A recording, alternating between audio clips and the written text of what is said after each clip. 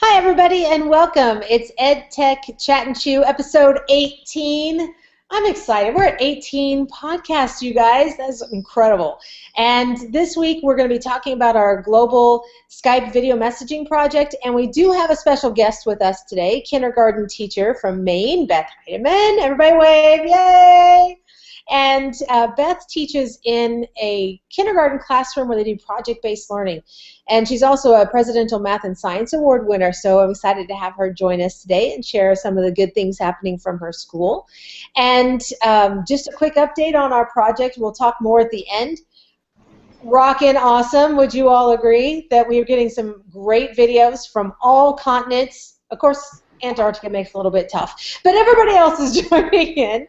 And we're getting to learn about different foods from around the world. And I have to admit, there's a couple of recipes I've been looking up to check out. But pretty amazing. Always with me is Mike from Pennsylvania. Say hi, Mike. Hi, everyone. I have Andrea Keller from Texas. There she is. We have Joe from Austin, Texas. And we have Karen from El Paso. Howdy. Howdy, howdy. And Mike, I'm going to toss it over to you and have you share a little bit more about Beth. So I had the pleasure of meeting Beth when we were both PAEMST winners, Presidential Award for Math and Science teaching. Both of us were in the same alumni class of 2012 when we went down to Washington, D.C. and met the president. And from the first time I met Beth, you could tell she is a special kind of teacher.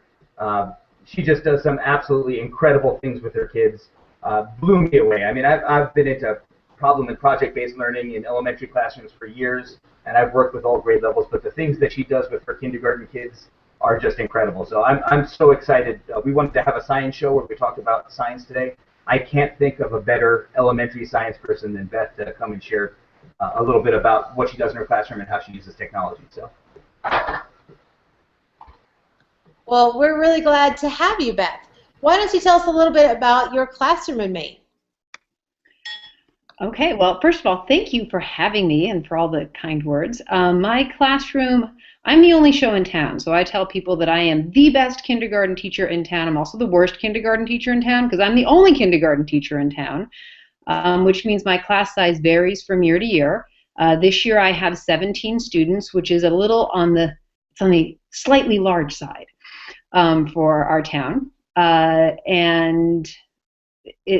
so we have a high poverty rating, but we're rich in volunteers. We have great natural resources. We are sort of hanging out near the shore in the woods, so we have a half-mile nature trail around our school. We have access to lots of lobstermen, so it's a pretty neat environment to work in, and we have a lot of retired people who, rather than complain about their taxes, turn out for our school events and are proud to support us, which is kind of cool. So that's sort of my school. Oh, and we are kindergarten through 4th grade, and we have 1 teacher per grade. So that's us in a nutshell. And we have art and music and science and art, music, phys ed teachers come in to provide those specials for us. And do you have a principal? Or are you a lead teacher? We have a half-time principal, and I share the head teacher responsibilities with another person. I'm sort of more the educational leader end of it. She's sort of more of the behavioral end of it, because in the kindergarten world, I can't exactly go help 2 4th graders work through a problem effectively while I have a kindergartner who might be, having an issue with the zipper. So we have to prioritize. Logical. Yeah, exactly. So tell about the project-based learning unit you're doing this year. What project are you working on? Well, actually, it changes every single year based on student interest. I have certain things that I do from year to year. One of them is the Take It Apart unit that I wrote up for the PAEMST application process. So the first half of the year we work on a lot of skill building, community building, getting the kids to really work together cohesively as a team, to have good communication skills. I'm involved with a project through the University of Maine called Talk Science, where I can bring some professional development back to my colleagues to help them improve how they use language to enrich science thinking in their classrooms. So to be perfectly honest, I don't know yet. I have no idea where we're going, but I can tell you about our project from last year, which was a thrilling roller coaster ride. I had a group of kids. I only had 12 students. They are the most behaviorally challenging group that we have going through the school right now.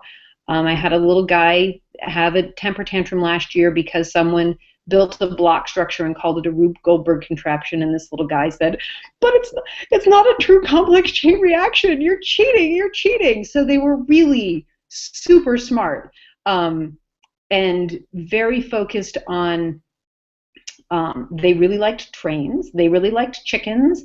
They really liked bugs. And they decided in about February, each year I do a fractured fairy tale, and they latched on to the Three Billy Goats Gruff.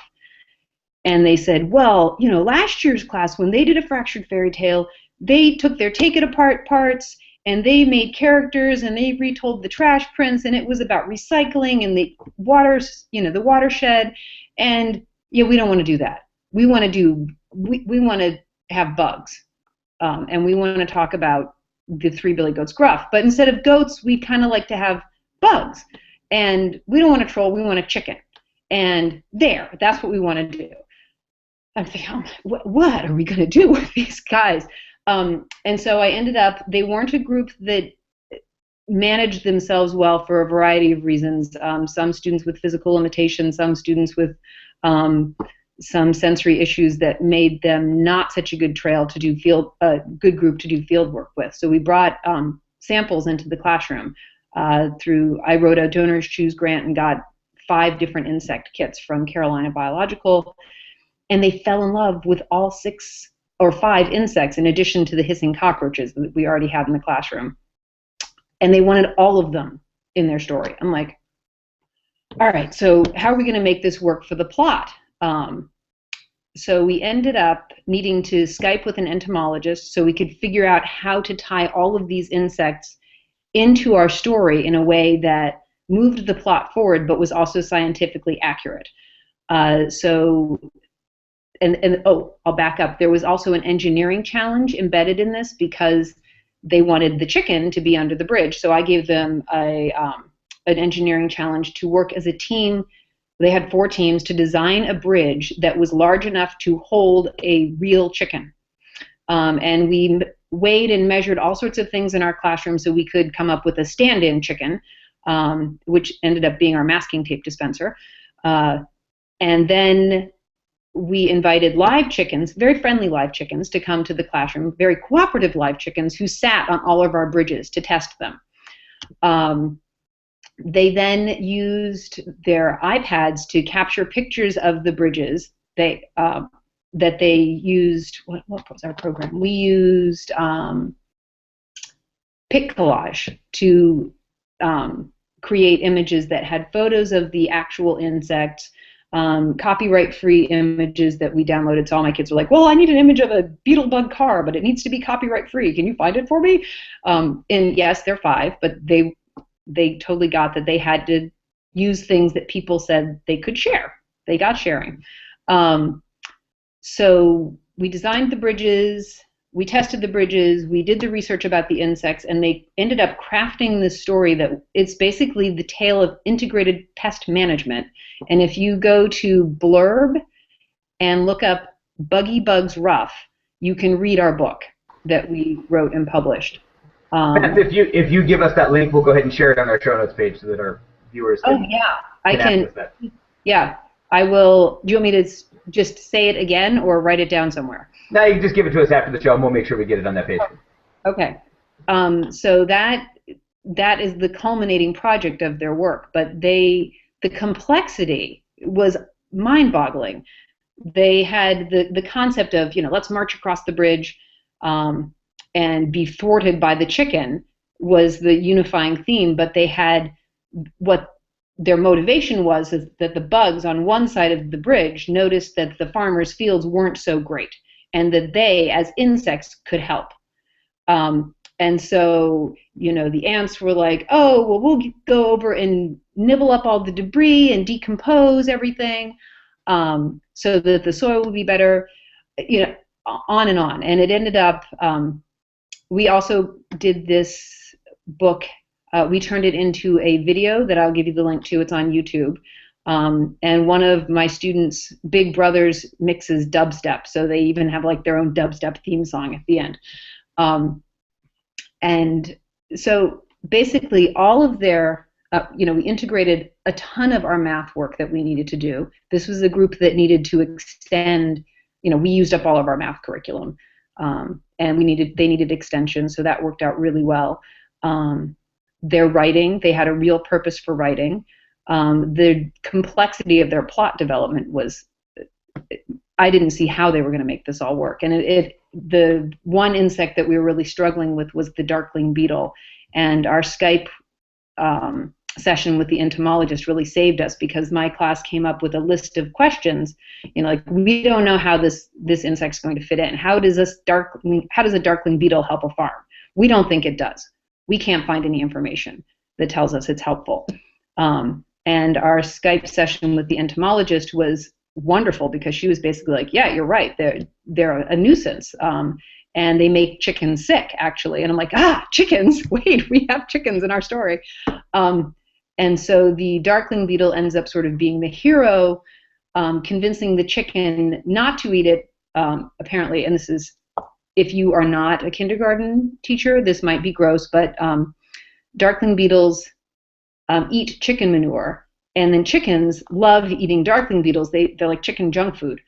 So the darkling beetle in our story tried to explain why this was a bad idea to the chicken. And this particular chicken, the villain chicken, didn't care. But eventually, the darkling beetle becomes an educator in the community and lets all the other chickens know, look, I can nibble up the manure. It's going to help you out, but you have to not eat me, because I'm going to make you sick. So it's hysterical what they came up with. And every year it's something new. I have no idea where we'll go this year. So Beth, how do you get over, you mentioned a couple times in the beginning of the year, like, you had no idea where this was going to go, right? Mm-hmm. So as a teacher, how do you get over that fear of the unknown, of like that it all may just blow up? Well, I feel like it's my responsibility to model teaching and learning for my students. And so if I'm actually teaching and learning, learning along with them, if, I didn't know all this about darkling beetles, for example. So if they see me as a peer with them in their learning, I think that's helpful. And also, we do a lot of talking about how science is fraught with failure, and some, like Post-it notes are because someone failed. Penicillin is because someone failed. So we really talk about how failing is important and can be great. And if our story falls apart, then oh well, we tried our best. And so far, we've always had something to present to the community at the end of the year. And usually it's better than I've ever imagined. And I really think what's important in the first half of the year is that community building, so that we have a trusting environment where we can take risks, where I can take risks right along with them. I have to have a very clear understanding of my overarching goals and targets. So when an administrator walks in, I can say, here's why we have a classroom full of chickens today, and I can say, I'm hitting these standards, these targets, here's why I'm doing it this way with these kids. So that's a critical piece. And then really to just observe them, because if I really, that to me is the hardest part, not completing the project with any given group, but identifying what their passion is. And that usually happens in January or February. It starts to emerge where we're going to go with this. And then it's just a matter of, pulling things in and building. And I'm having so much fun that A, I don't care how much work it is. B, it's not scary because I'm involved right with them. And they've got my back, I've got their back. We're all in it together. And I think that's really helpful. So any predictions? What are some little emerging passions you're seeing so far? I know it's only been a few weeks of school. Yeah, well, I got Some kids are interested in domino chains, so that could lead to chain reactions. It could be interesting. They have a peculiar interest. They always want to know the publication dates of books. Like, how old was your mom when that book was new? I can't read a book until I tell them how old my mom was when that book was new. And that sort of reminds me of the class I had, I think, all right, they're 7th graders now, and we ended up doing a 1,000-year interactive timeline on a program that's a website that is unfortunately now no longer with us, but it was called Life Snaps, and it allowed us to zoom in and out of history the same way Google lets you zoom in and out of space and place. So they could really understand time in a way that kindergartners don't typically understand time. So, and that whole year emerged from comments that kids made about, well, wait, where were the pilgrims when that castle was new? So we may have some history happening here. They're very cooperative so far. So I think when I start giving them our first engineering challenges, I think we could go places with that too. Oh, maybe you can join us later this spring and you can kind of give us an update of where the project is going. Absolutely. Andrea, do you have any questions for Beth? Yes, I do actually. So is this a public school or a private school? We are a public school. We're a high poverty public school. The district that I work in encompasses 5 towns, and our school is in a little bit of a precarious spot because we're small, and therefore our cost per pupil is high. So I feel like I've got to really just prove it again and again that don't mess with our school. Our school's awesome. But yeah, we're public. Yeah. So do you have to follow a curriculum then because I know like this is awesome. Like I want to share it with my teachers because oh my gosh, you totally just inspired me. But teachers, the first thing they say, oh, it's not in my curriculum. Oh, I can't do that. Curriculum for math. I have to follow the investigations curriculum for mathematics. Our literacy is a little looser.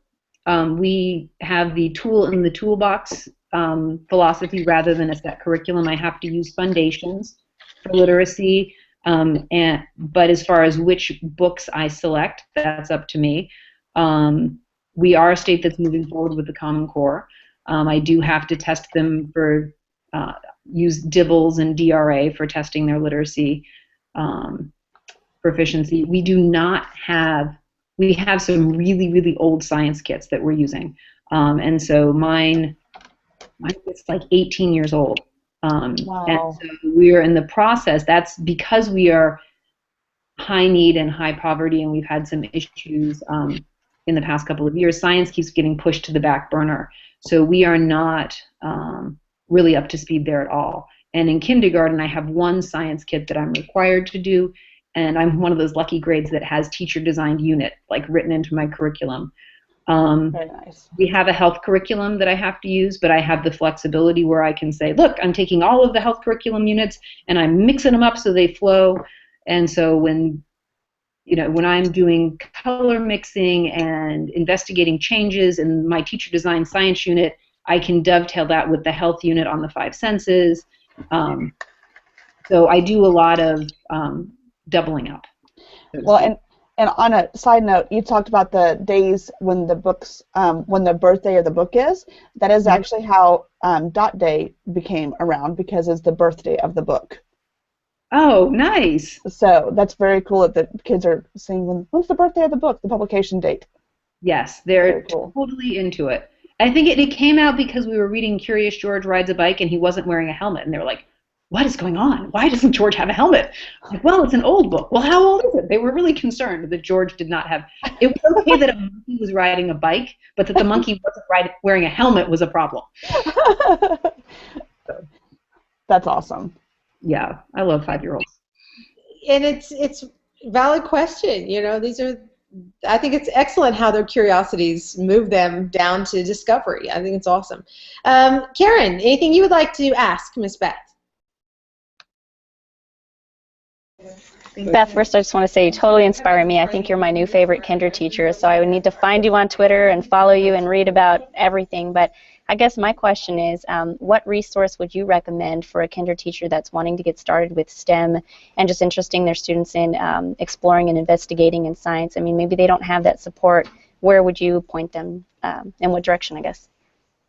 I think some of the best resources for me have been local resources where I'm talking about in either talk science or inquiry-based learning. So, and I went back to my old college, College of the Atlantic up in Bar Harbor, and I actually took a From Cell to Systems symposium with a bunch of high school teachers. I'm like, this totally applies, whatever. And so to not be afraid, don't look for kindergarten resources so much. If you're a kindergarten teacher, your job every day is translating the grown-up world to small people. Go for the content that you want and then translate it.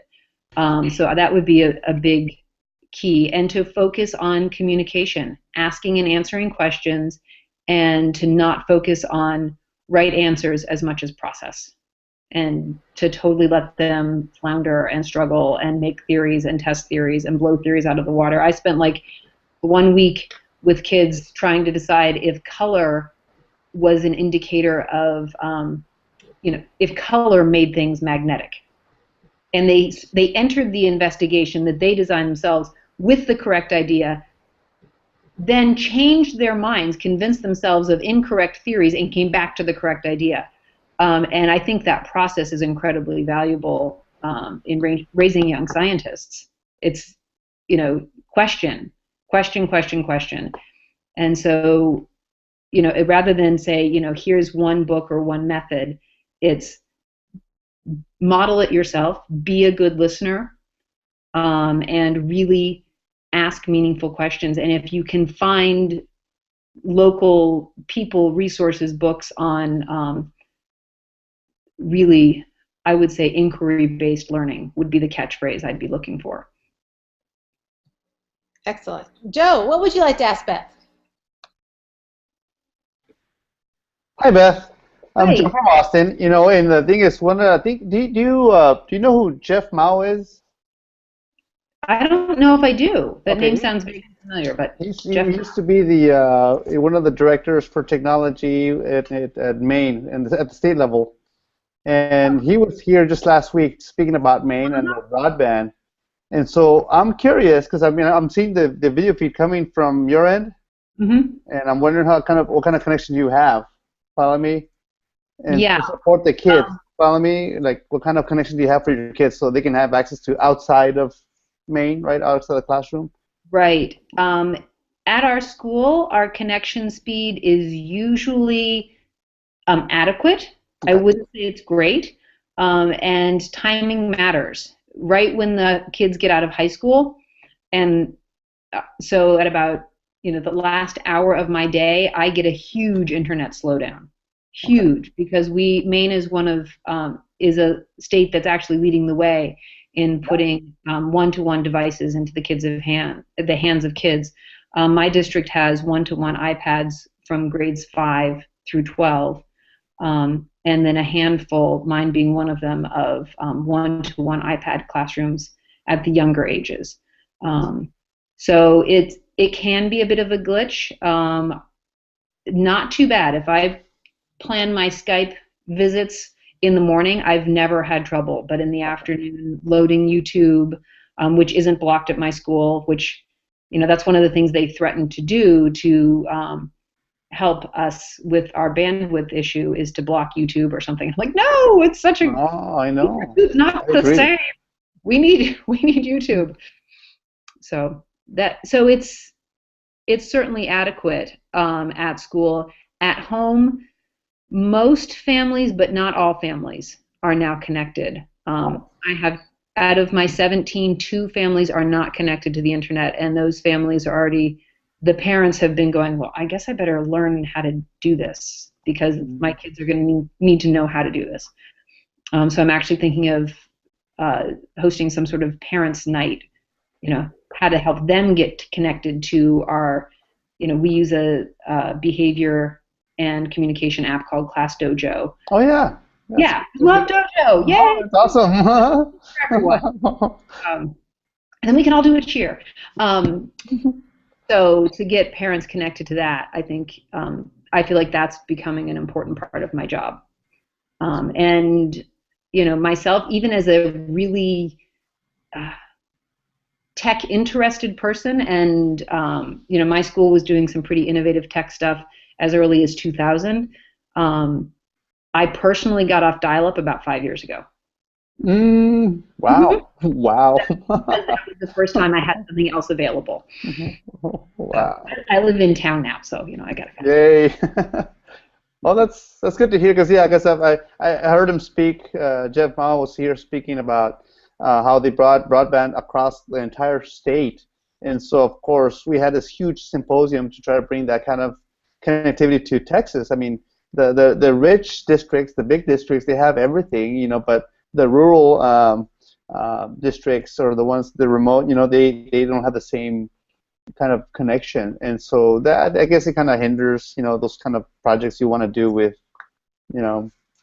but that's good to hear that it's working really well over there. Yay. Yeah.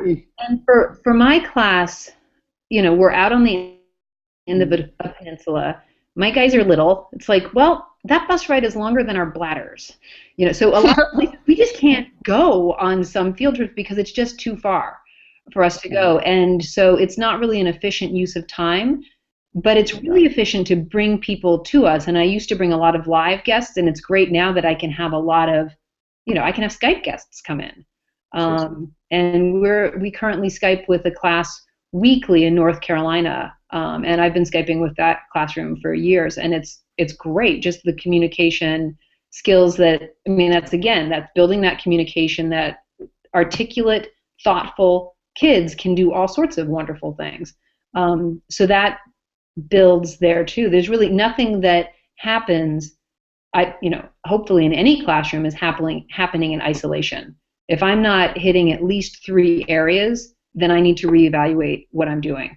The possible exception being when they tell me I have to give a dibble screening, I just have to do it. But pretty much I'm always tying, even the packaged math curriculum that I have to do, I'm always saying, oh, this relates to that, or that relates to this. So helping the kids make those rich connections so they can do it for themselves. And they start doing that. It's a process, but by the second half of the year, kids are really starting to make those connections, and that's when the magic happens. Sweet. Awesome. Thank you. Yay. Mike, anything else you want to ask Beth? No other questions, but I think that anyone watching or listening, or you guys here that talk to me pretty often, you can see why I wanted to bring Beth on the show. I mean, she's just pretty amazing. Yeah, thank you. I sure have fun. Okay, yeah, good. I mean, and it shows. I mean, that passion for doing awesome things for kids definitely comes through when we speak to you. But I do think before we go, we definitely want to touch on some of the incredible things that are happening with our October global video message exchange that's going on. So do you want to share a little bit about that, Dan? Sure. Well, we have 2 groups running, and both groups have multiple continents involved in it.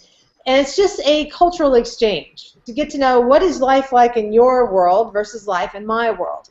So last week, Mike put up the question of what are your regional foods, or what foods are you interested in, some of your favorites. And some of the results we had were like, I like meat. He said in Poland that I love pierogies, and told a little bit about that. And we do have a couple of video clips to share today. Mike, do you want to tell them which ones we've got? Yeah, so there were lots of great entries, and I think some of those really short answers we have a lot of classrooms participating where English is not their first language. So for younger students that are just learning English, that may be the extent of their vocabulary. But we did choose a group of high school kids in Quebec City, Canada, who put together a really incredible video using some green screen technology. And we've got a group of incredible kids in Greece that we're going to share with you. So I'm going to go ahead and share my screen. We'll show you those videos.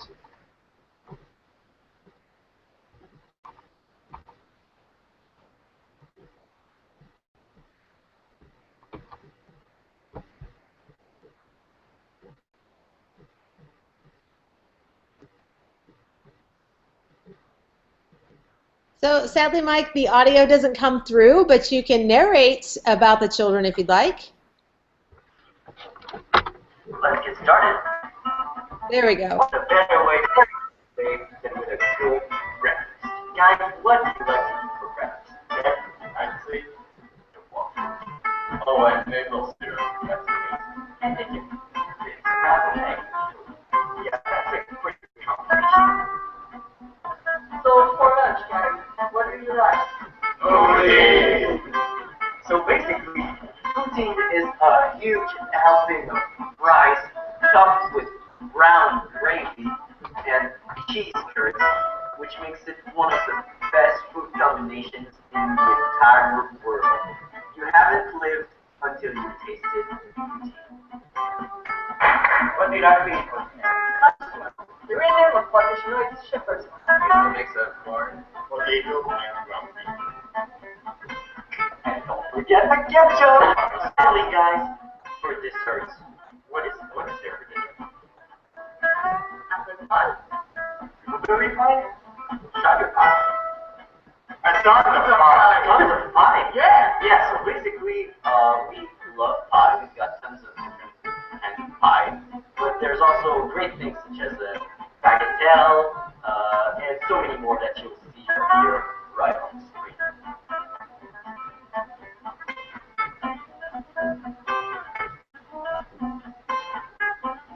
No, I think you're getting hungry. Those kids in Quebec City did a fantastic job. I loved it. They did, yeah. I was really impressed with that video. We also have one from Greece that you're going to show, yes? Yep, let me pull that up. Go.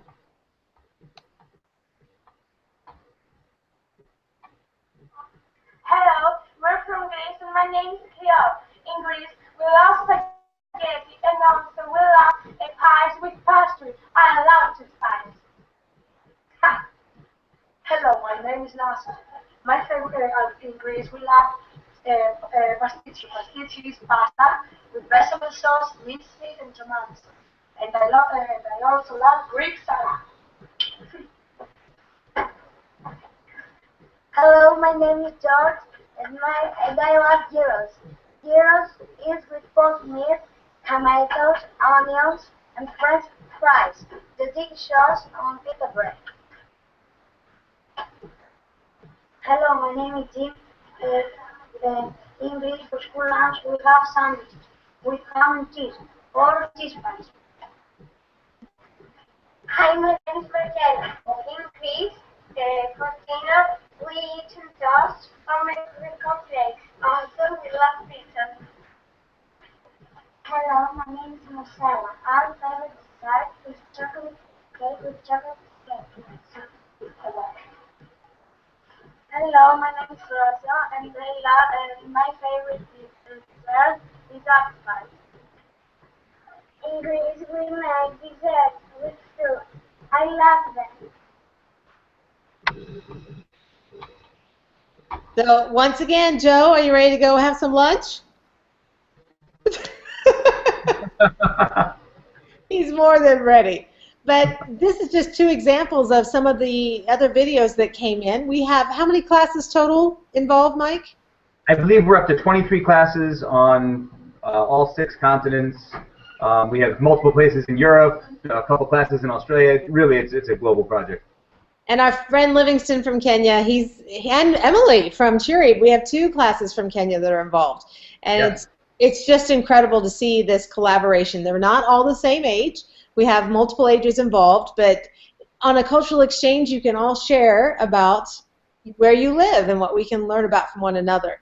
So this challenge week is for them to tell us about local interests. So if they were traveling to your community, Mike, what might be some place that you would take people because it's just exclusive to Newfoundland? Well, I'm going to save that for my students that are going to be participating because we actually had that discussion this morning. And I love the idea of green screening, so we're going to steal that green screen idea and we're going to put together a really awesome video for our classes this week. Well, maybe we'll get to show it next week and share with our viewers. So I'm excited about it. we're running just about out of time, so I think it's time to do the lunch round. What do you think? Yeah. Okay, so Mike, what's for lunch today? I had leftover quinoa cakes with sautéed vegetables. Delicious. Andrea, what's for lunch? I don't know yet because we don't have school today, so I might be treating myself. You might have to go run through a drive-through or something yummy. Oh, right?